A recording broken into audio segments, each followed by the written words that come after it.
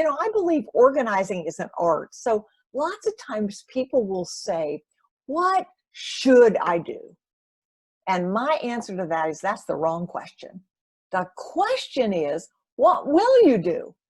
And if your why is big enough, if the reason you want to get organized, I want to get organized to have more money, to make more money, to get a better job, to have a better life, to have less stress, to have a better relationship, to move into a smaller house, to retire earlier, whatever your why is, then when you know what that why is, there is always a way. So let me give you a great example that I just had recently.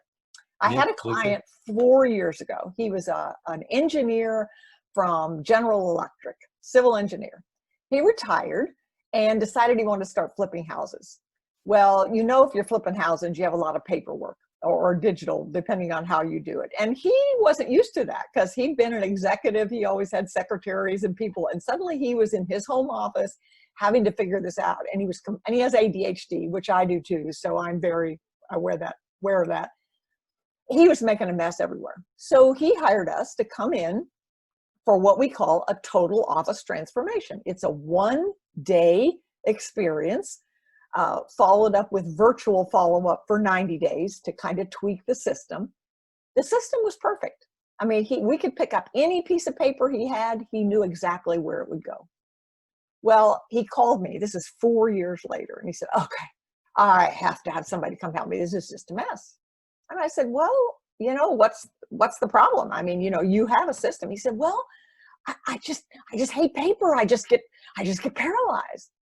And I said, well, we haven't really we don't have yet a robot that's going to go put the pieces of paper in the file. So either you have to hire somebody to put the pieces of paper in the file or you have to do it yourself.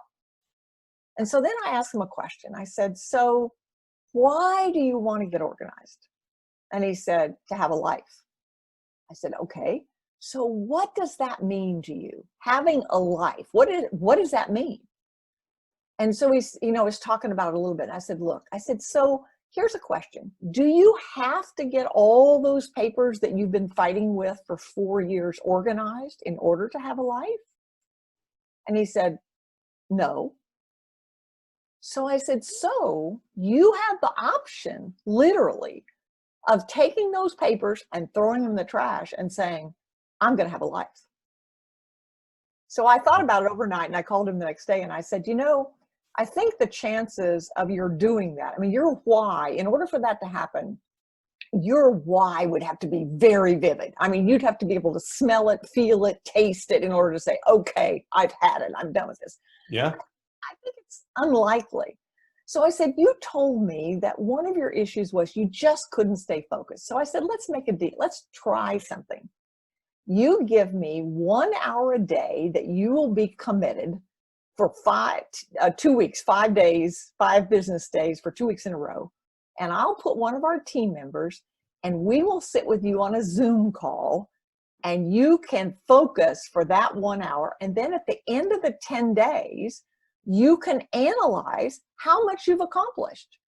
And you can say, is it worth it? Part of the deal was in those papers was a potential $200,000 lawsuit.